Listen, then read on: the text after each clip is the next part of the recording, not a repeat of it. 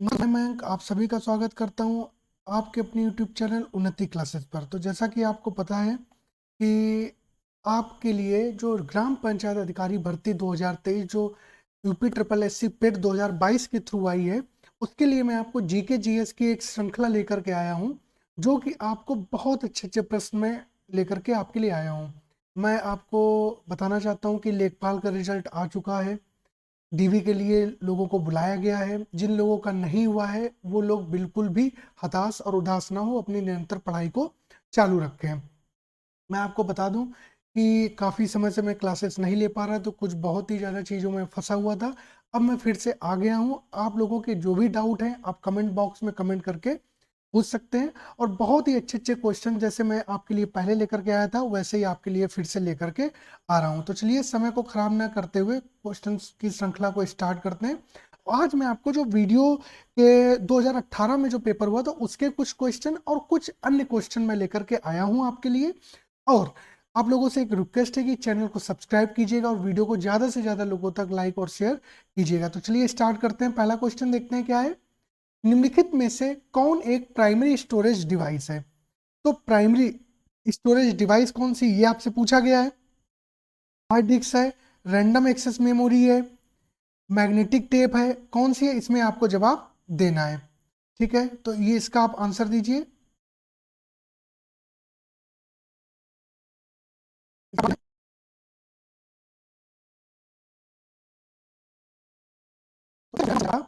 इसका आंसर हो जाएगा, वो हो जाएगा random access memory. B option इसका करेक्ट हो गया। रैंडम एक्सेस मेमोरी को क्या बोलते हैं? रैम भी बोलते हैं। क्या बोलते हैं? रैम बोलती हैं। अब प्राइमरी स्टोरेज से मतलब क्या होता है? प्राइमरी स्टोरेज का मतलब होता है जो अस्थायी रूप से हो। क्या हो? जो अस्थायी रूप से हो। अस्थायी रूप से, या अंग्रेजी में वो आपसे वोलाटाइल भी पूछ देता है। क्या पूछ देता है? वोलाटाइल भी बोल देता है। मतलब ऐसा डेटा जो कुछ समय के लिए रखा जाए, अस्थायी तौर पर रखा जाए, उस डेटा को बोलते हैं वोलाटाइल। अस्थायी डेटा है उसी में बोलते हैं प्राइमरी स्टोरेज। क्या बोलते हैं? Primary storage. मतलब जहां डेटा इंफॉर्मेशन को अस्थायी तौर पर कुछ समय के लिए रखा जाए उसको बोलते हैं क्या? Primary storage. तो प्राइमरी स्टोरेज इसमें से कौन है? रैंडम है, रैंडम एक्सेस मेमोरी। आपने रोम के बारे में भी सुना होगा। रोम, तो इसका फुल फॉर्म क्या होता है? इसका फुल फॉर्म होता है आपका रीड ओनली मेमोरी। क्या होता है?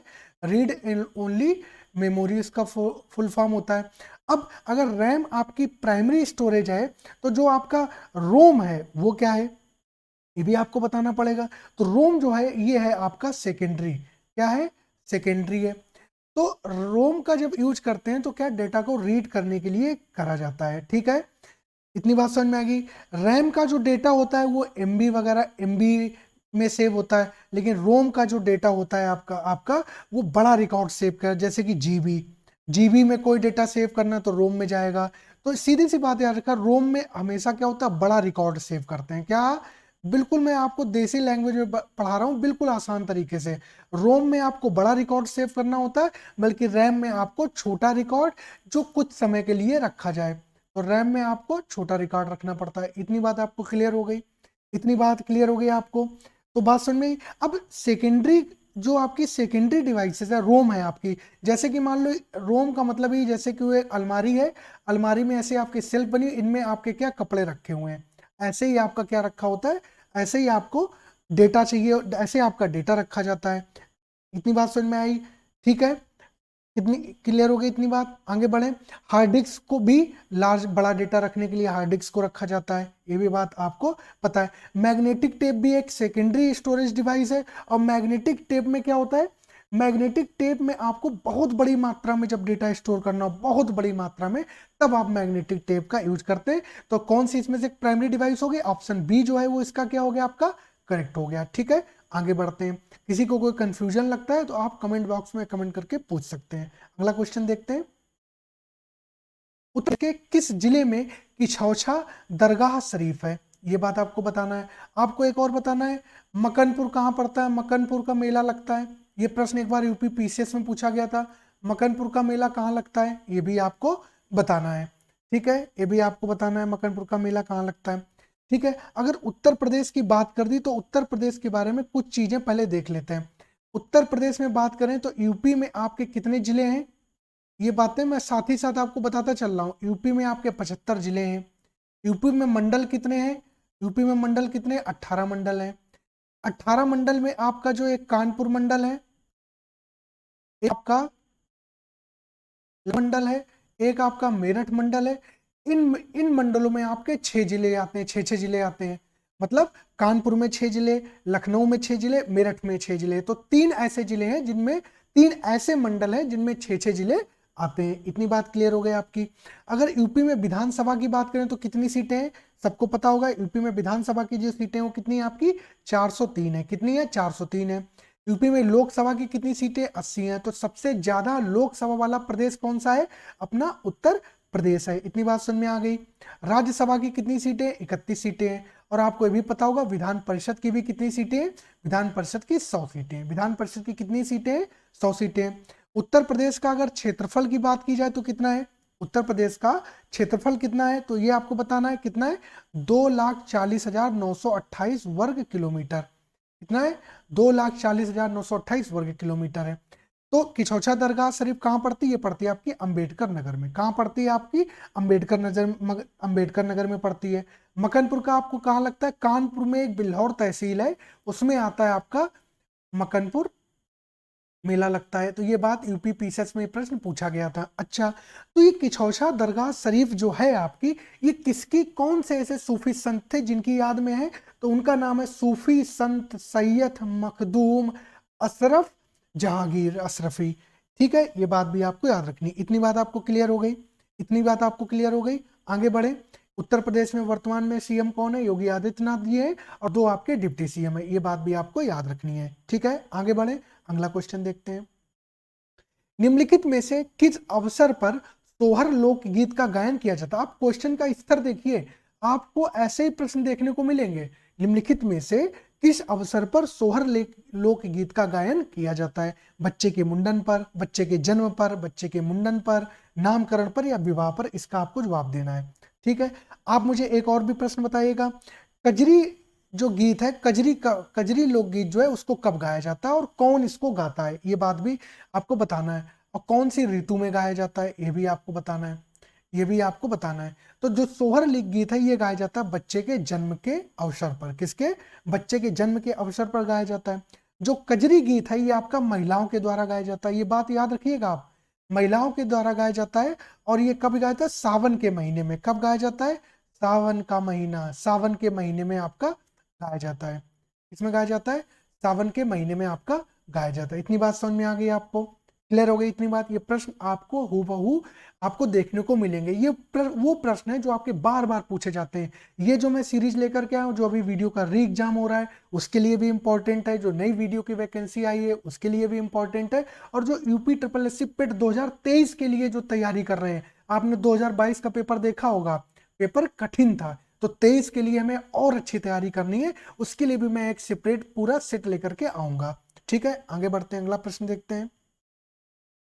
किस शासक ने भारत में तुगलक वंश की नींव रखी थी? किस शासक ने भारत में तुगलक वंश की नींव रखी थी? तो आपको पता होगा कि भारत पर आक्रमण, विदेशी आक्रमण हुए। तो प्रथम अरबी आक्रमण जो था, किसका था? आपका मोहम्मद बिन कासिम का था, जो कि 712 ईस्वी में हुआ था। तो जब दिल्ली सल्तनत की बात करते हैं, जब दिल्ली सल्तनत की बात करते हैं, तो दिल्ली सल्तनत में आपके एक प्रश्न एसएससी में पूछा जाता है, पूछा गया है मतलब, कि दिल्ली सल्तनत में कितने राजवंशों ने शासन किया? तो आपको पता होगा क्या? गुलाम वंश आया, गुलाम वंश के बाद में कौन सा आया? आपका खिलजी वंश आया। गुलाम वंश आया, खिलजी वंश आया, वंश हो गया आपका, खिलजी वंश हो गया आपका। उसके बाद कौन सा आया? उसके बाद आपका तुगलक वंश आया। कौन सा आया? तुगलक वंश आया। तुगलक वंश के बाद कौन आया? सैयद वंश आया। सैयद में क्या के बाद क्या आया? आपका लोधी वंश आया था। और लोधी वंश को जब तो मुगलों का आरंभ हो गया था, मुगल शासन आरंभ हुआ था। अगर आपसे वो पूछ दे, ऐसे करता मिलान करें, तो मिलान करने में आपको क्या रखना है? जैसे गुलाम वंश जो कब से कब तक चला था? ये आपका 1206 से लेकर के 1290 ईस्वी तक चला था। खिलजी वंश जो था आपका, ये 1290 ईस्वी से लेकर के आपका 1314 1320 ईस्वी तक चला था। तुगलक वंश जो था आपका 1320 ईस्वी से लेकर के आपका 1398 ईस्वी तक चला था। ऐसे मिलान करने को देता है आपको, ऐसे बार बार इतनी बार मैं प्रैक्टिस कराऊंगा आपको याद हो जाएगा। सैयद वंश जो था 1398 ईस्वी से लेकर के आपका 1451 ईस्वी तक चला था। लोधी वंश जो था आपका ये 1451 ईस्वी से लेकर के कब तक चला था आपका 1526 ईस्वी तक चला था। फिर बाबर आ गया था और युद्ध हुआ था। फिर मुगल वंश, उसकी भी चर्चा करेंगे। तो ये आपको जो गुलाम वंश है, खिलजी वंश है, तुगलक वंश है, सैयद वंश है, लोधी वंश है, जो दिल्ली सल्तनत का जो काल है, ये आपको याद रखना है। ठीक है, ये जैसे मैंने अभी तो क्रम से लिखा है, इनको क्रम से ना देके ऊपर नीचे देके कहेगा मिलान करो, निम्नलिखित का मिलान करो। तो आपने प्रश्न देखे होंगे प्रीवियस ईयर, तो आपसे ऐसे भी पूछा जा सकता है। तो क्या पूछा, तुगलक वंश की नींव किसने रखी थी, इसका आपको जवाब देना है। तो तुगलक वंश की जो नींव रखी थी आपके किसने, गयासुद्दीन तुगलक। बी ऑप्शन जो है वो इसका करेक्ट हो जाएगा। बी ऑप्शन क्या हो जाएगा, करेक्ट हो जाएगा। तो गयासुद्दीन तुगलक को क्या बोलते थे, इसको गाजी मलिक भी बोलते थे। ये प्रश्न भी आपको याद रखना है। गयासुद्दीन तुगलक को और क्या बोलते हैं, गाजी मलिक भी। इसकी उपाधि क्या है, गाजी मलिक उपाधि है। आपको पता होगा गयासुद्दीन तुगलक ने तुगलक वंश की स्थापना करी। उसके बाद में मोहम्मद बिन तुगलक आया, उसके बाद में फिरोज शाह तुगलक आया, फिर आपका नसरुद्दीन महमूद तुगलक भी आया था। इस तरीके से इनका क्रम है, धीरे धीरे मैं वो भी आपको तैयार कराऊंगा। आगे बढ़े, अगला क्वेश्चन देखते हैं।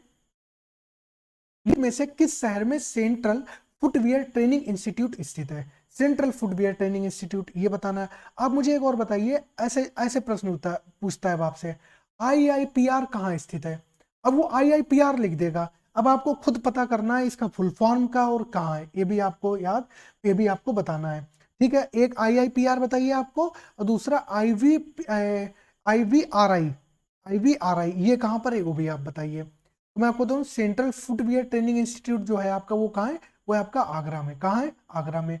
IIPR का फुल फॉर्म है Indian institute of pulses and research, भारतीय दलहन अनुसंधान संस्थान। ये कहाँ है आपका, ये कानपुर में है। ठीक है, आपसे पूछ ले NSI पूछ दे, NSI नेशनल शुगर इंस्टीट्यूट, राष्ट्रीय शर्करा संस्थान कहाँ है, वो भी आपका कानपुर में। देखिए एक प्रश्न से मैं आपको 4 या 5 प्रश्न बताते हुए चल रहा हूँ।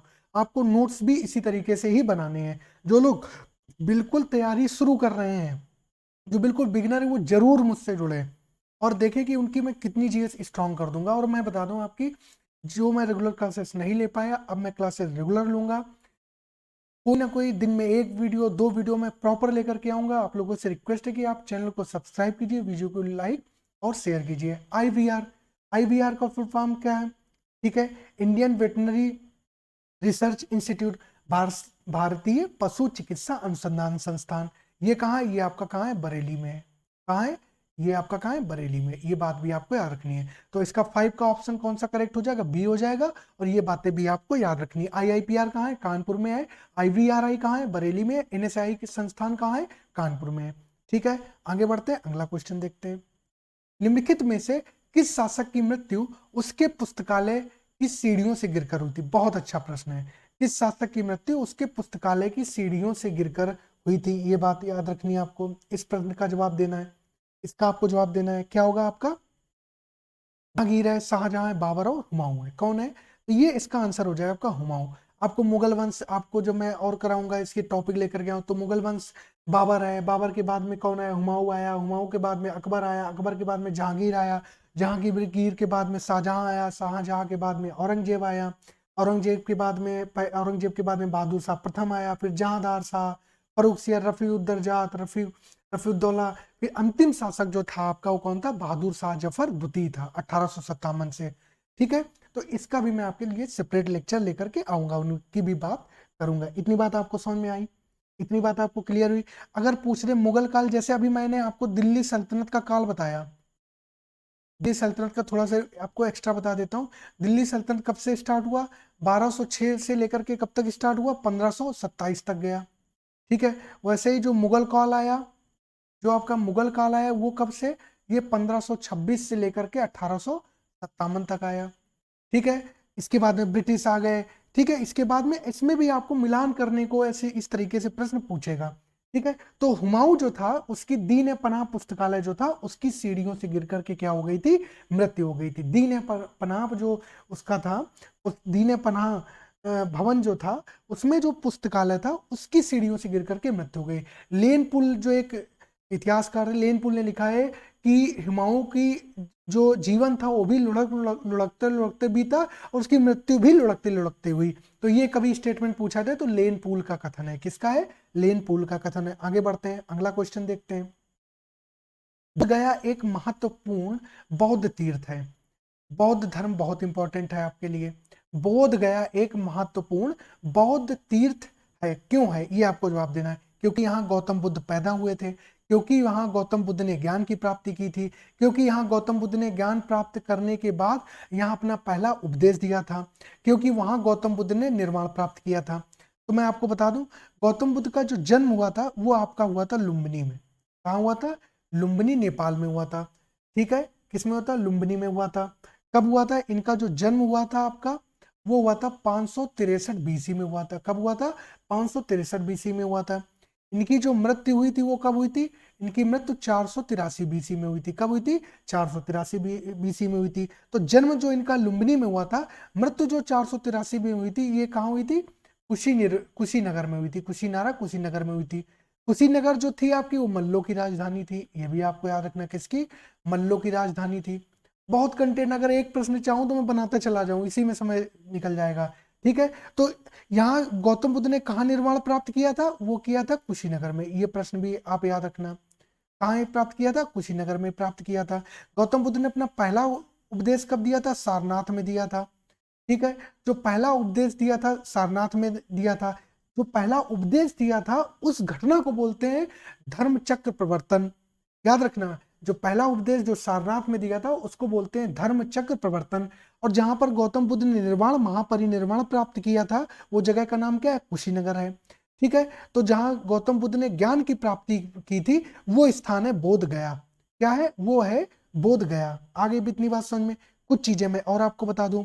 गौतम बुद्ध के जो पिताजी थे, गौतम बुद्ध के जो पिता थे उनका नाम क्या था? उनका नाम था राजा शुद्धोधन। क्या नाम था? राजा शुद्धोधन नाम था। क्या? राजा शुद्धोधन नाम था। उनकी जो माता का नाम है, माता का नाम क्या था? माता का नाम क्या था? बताइए, माता का नाम क्या था? माता का नाम था उनकी माया देवी। क्या नाम था? माया देवी नाम था। इनकी थी, उनका नाम क्या था? पत्नी का नाम क्या था? यशोधरा था। क्या था? यशोधरा था। इनके जो पुत्र था, पुत्र का नाम क्या था? पुत्र का नाम क्या था? राहुल था।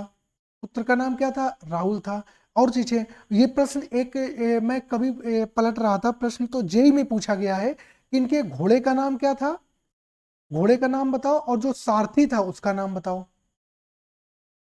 सारथी का नाम क्या था? ये भी आपको बताना है। तो घोड़े का नाम था कंथक। क्या नाम था? कंथक था। और सारथी का नाम था चन्ना। ये इतनी चीजें आपको स्क्रीनशॉट लेके रख लेना। जो लोग नोट्स बना रहे हैं वो अपने नोट्स में लिख लें कि घोड़े का नाम कंथक था और सारथी का नाम क्या था? चन्ना था। सारथी को बोलता है चैरिटोर।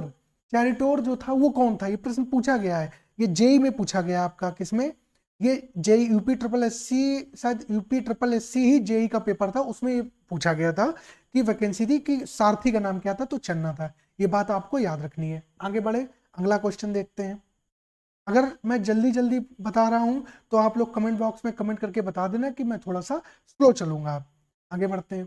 भद्रा वन्यजीव अभ्यारण्य किस राज्य में स्थित है?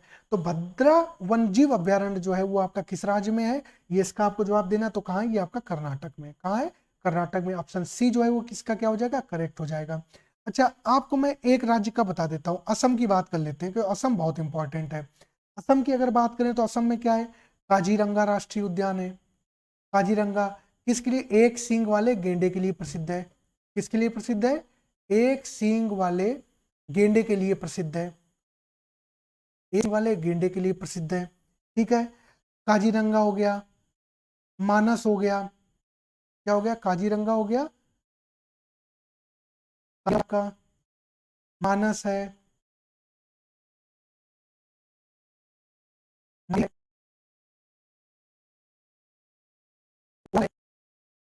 कोबा है, तेहिंग पटकाई है।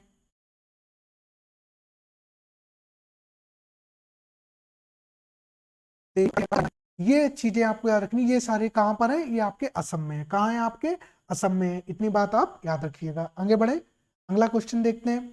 अगला क्वेश्चन देखते हैं। अगला क्वेश्चन बताइए।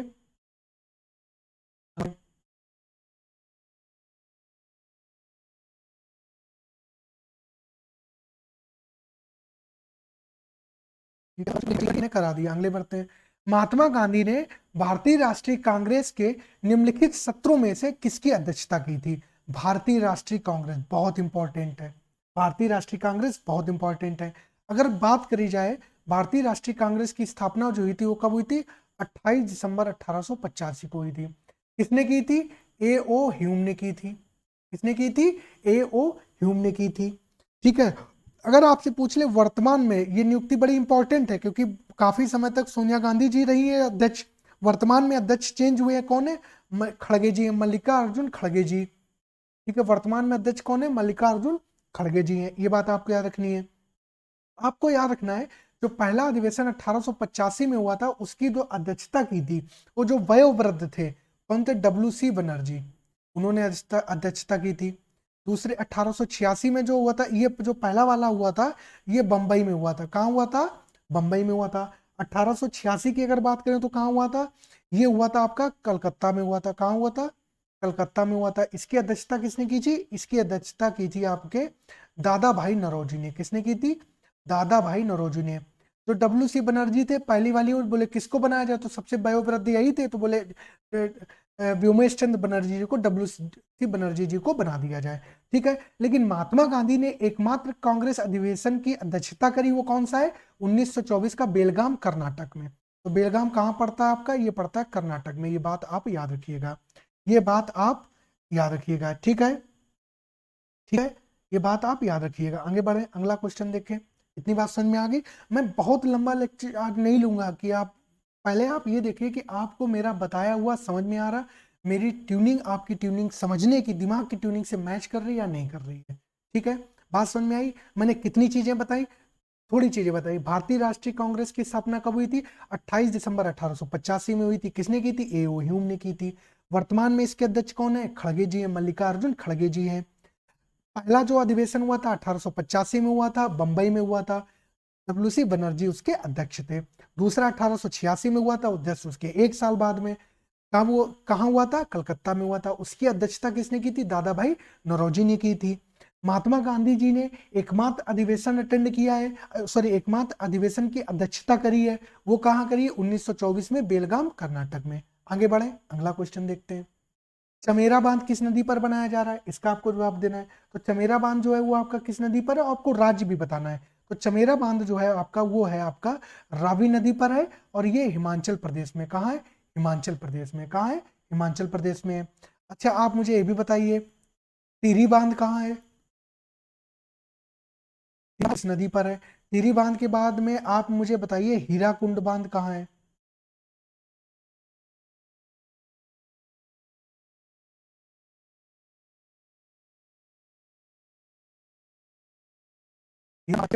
टिहरी बांध जो है ये आपका उत्तराखंड में है। कहाँ है? उत्तराखंड में। किस नदी पर है? किस नदी पर? ये आपको बताना है। ये है आपका भागीरथी नदी पर। भागीरथी नदी पर है, ये बात आपको याद रखनी है। हीराकुंड बांध जो है ये किस नदी पर है? ये महानदी पर है। किस पर है? और ये कहाँ है? ये आपका उड़ीसा में है। कहाँ है? उड़ीसा में। इतनी बात आपको समझ में आ गई? इतनी बात आपको समझ में आ गई। आगे बढ़े, अगला क्वेश्चन देखते हैं। मिलिंद पन्हो, राजा मिलिंद बौद्ध भिक्षु के मध्य संवाद रूप में है, वह भिक्षु थे। मतलब जो बौद्ध भिक्षु थे उनका नाम आपको पता है। मिलिंद पन्हो एक पुस्तक है जिसमें तो एक तो राजा मिलिंद है, ये बात समझ में आ गई। जो दूसरे बौद्ध भिक्षु हैं उनका क्या नाम है, इसका ये आपको बताना है। बौद्ध भिक्षुओं का नाम आपको बताना है। नागार्जुन थे, नागसेन थे, कुमारिल भट्ट थे, नागभट्ट थे। बहुत ही स्टैंडर्ड प्रश्न है। और आप ये देखना, ये मैं कह रहा हूँ आपको, ये जो वीडियो का री एग्जाम हो रहा है, री एग्जाम में आपको देखने को मिल सकता है, या जो वीडियो जो पेट के थ्रू आ रहा है, तो 2022 का पेट था जो जिसकी हम लोग तैयारी कर रहे हैं, 1463 पोस्ट है, उसमें आपको देखने को मिलेगा। किसी ना किसी में आपको प्रश्न जरूर देखने को मिलेगा। तो मिलिंद पन्हो जो है, आप मुझे एक प्रश्न होता है, मिलिंद पन्हो जो है ये आपका पाली भाषा में, ये बात याद रखिएगा। किस भाषा में है? आपका पाली भाषा में है, ये बात आपको याद रखना है। ठीक है, तो आपको बताना है तो बौद्ध भिक्षु कौन थे, उनका क्या नाम था? उनका नाम था आपका नागसेन। क्या नाम था उनका? नागसेन। ऑप्शन बी करेक्ट हो जाए। तो नागसेन जो थे वो कौन थे? बौद्ध भिक्षु थे। कौन थे? बौद्ध भिक्षु थे आपके। और ये क्या है, ये किसकी रचना कब हुई थी? इसकी जो रचना काल है आपको ये भी याद रखिएगा। रचना जो इसकी हुई थी वो हुई थी 100 ईसा पूर्व में। कब हुई थी? 100 ईसा पूर्व में। तो ये बात भी आप याद रखिएगा, ये भी बहुत इंपॉर्टेंट है आपके लिए। क्लियर हो गई? तो मिलिंद पनो जो पुस्तक है वो पाली भाषा में है, इसकी रचना हुई थी वो 100 ईसा पूर्व में हुई थी। राजा मिलिंद थे और जो बौद्ध भिक्षु थे उनका नाम नागसेन है। इनके मध्य एक संवाद है। क्लियर हो गई इतनी बात? इतनी बात क्लियर हुई आपको? इसमें कोई दिक्कत? ठीक है, आगे बढ़े, अगला प्रश्न देखें। अगला प्रश्न देखें। अगर आपको जो भी डाउट लगे आप प्लीज कमेंट बॉक्स में कमेंट करके बताइएगा और सपोर्ट करिए हमारा। आगे बढ़े। निम्नलिखित में से कौन सी महिला स्वतंत्रता सेनानी भारत छोड़ो आंदोलन से संबंधित नहीं है? इसके बारे में तो बहुत विस्तार से चर्चा करनी पड़ेगी। भारत छोड़ो आंदोलन से संबंधित नहीं है, ये भी बहुत स्टैंडर्ड प्रश्न है। ये हो जाएंगी आपकी मातंगनी हाजरा। क्या? मातंगनी हाजरा। ठीक है, आगे बढ़ते हैं। अगला अगला प्रश्न देखते हैं। इन सब के बारे में डिटेल में बात करेंगे। आगे बढ़ते हैं। 1857 में बरेली उत्तर प्रदेश में क्रांति का नेता कौन था? इसका आपको जवाब देना है। बरेली उत्तर प्रदेश में 1857 की क्रांति में, ये आपको जवाब देना है। तो आपको पता होगा नाना साहब कहाँ थे? कानपुर में थे। हजरत महल, बेगम हजरत महल कहाँ थी? ये लखनऊ में थी। ठीक,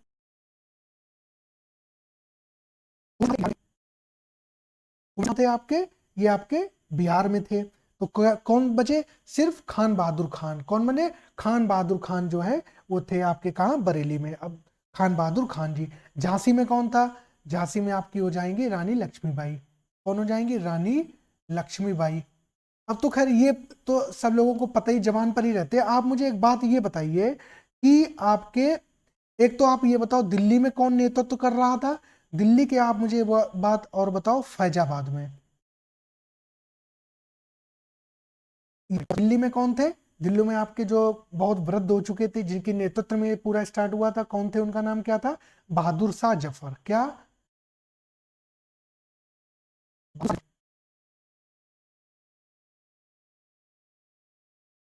इनका आपको जवाब देना है। ये थे मौलवी अहमदुल्ला। कौन थे? मौलवी अहमदुल्ला। इन पर 50,000 का इनाम रखा गया था, मिल नहीं रहे थे। ठीक है, आगे इतनी बात समझ में, ये प्रश्न आपको नोट कर लेने हैं। आगे बढ़े, अगला क्वेश्चन देखते हैं। जब 2023 में किस एयरलाइन का विमान नेपाल में दुर्घटनाग्रस्त हुआ था? बहुत इंपॉर्टेंट है, जनवरी 2023 में हुआ था। ठीक है, ये था आपका यति एयरलाइंस का विमान था। किसका था? यति एयरलाइंस का विमान था आपका। आगे बढ़े, अगला प्रश्न देखते हैं। संगीत की टप्पा शैली किसके शासनकाल में विकसित हुई थी? ऐसे प्रश्न है ना जो आपको देखने को हूबहू मिलने के बहुत ज्यादा चांस है, चाहे वो वीडियो का एग्जाम हो, नया वाला री एग्जाम जो हो रहा है, जो नए पेट के थ्रू वैकेंसी आई है, पेट का जो लोग एग्जाम देने जाएंगे, जो पुलिस का कर रहे हैं, सब में प्रश्न आपका पूछा जाएगा। तो कौन थे? टप्पा शैली किसके शासनकाल में हुई थी? अकबर के। किसके? अकबर के शासनकाल में। आगे बढ़ते हैं, अगला प्रश्न देखते हैं। कालक्रम के अनुसार कौन सी घटना अंत में हुई?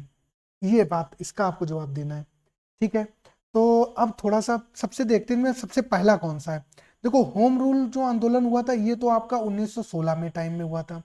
जलियांवाला बाग हत्याकांड जो हुआ था ये आपका हुआ था 13 अप्रैल 1919 में। ठीक है, ये 1919 में हुआ था। ठीक है, अब खिलाफत आंदोलन जो हुआ था, खिलाफत आंदोलन जो आपका हुआ था, ये चला था आपका मार्च 1919 से लेकर के ये चला 1921 तक। ठीक है, और जो मोपला विद्रोह हुआ था वो हुआ था आपका 20 अगस्त 1921 को। तो इनमें से सबसे अंत की जो घटना है वो कौन सी, ये आपको बताना है। ठीक है, अंत में हुई घटना, तो इसकी तो खिलाफत आंदोलन तो मार्च 1919 में स्टार्ट हो गया था। तो सबसे अंत में जो घटना है आपकी वो कौन सी? मोपला विद्रोह। ऑप्शन ए जो है उसका करेक्ट हो जाए, कंफ्यूज नहीं होना है। खिलाफत आंदोलन जो है मार्च 1919 से लेकर 1921 तक चला था, लेकिन सबसे अंत में जो घटना हुई थी वो मोपला विद्रोह था, जो इसकी डेट है 20 अगस्त 1921। ठीक है, आगे बढ़ते हैं, अगला प्रश्न देखते हैं। विश्व आर्द्र भूमि दिवस कब मनाया जाता है? विश्व आर्द्र भूमि, वर्ल्ड वेटलैंड डे कब मनाया जाता है? ये मनाया जाता है आपको कब? 2 फरवरी को। कब मनाया जाता है? 2 फरवरी को। अब कुछ मैं बता दूं आपको जो यूपी ट्रिपल एससी के फेवरेट हैं। यूपी ट्रिपल एससी के फेवरेट पूछता है आपसे, विश्व जल दिवस कब मनाते हैं? ये बताओ आप। विश्व पर्यावरण दिवस तो सबको पता है, 5 को मनाते हैं। विश्व जल दिवस कब मनाते हैं? ये बताओ आप। ये मनाते हैं आपका 22 मार्च को। अच्छा आप मुझे एक बताओ, विश्व बाघ दिवस कब मनाते हैं? सबसे इंपॉर्टेंट, स्टार लगा लो आप लोग। विश्व बाघ दिवस कब मनाते हैं?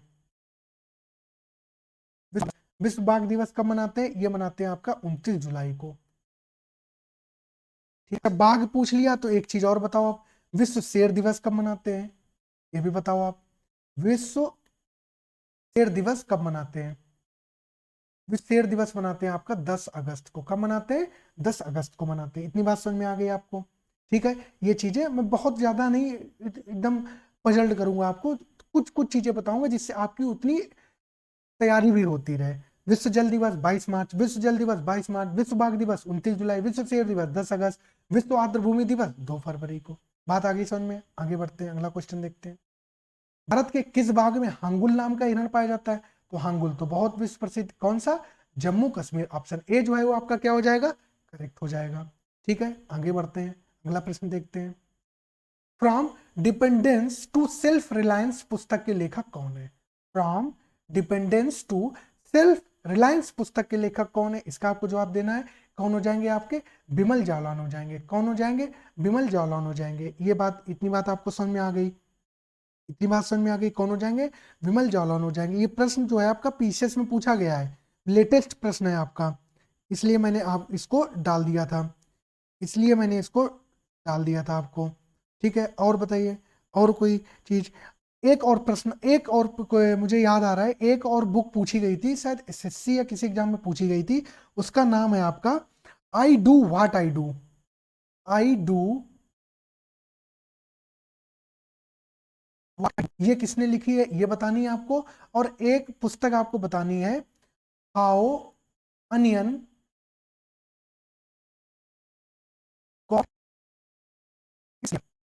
ये बहुत इंपॉर्टेंट बुक्स हैं जो पूछी गई हैं। ठीक है, तो I do what I do जो बुक है वो किसकी है? रघुराम राजन जी की। किसकी है? रघुराम राजन जी की है। और how onion got its layer किसकी है? सुधा मूर्ति जी की है। ठीक है, ये बात आपको याद रखनी है। ठीक है, ये बात आपको याद रखनी है। आगे बढ़ते हैं।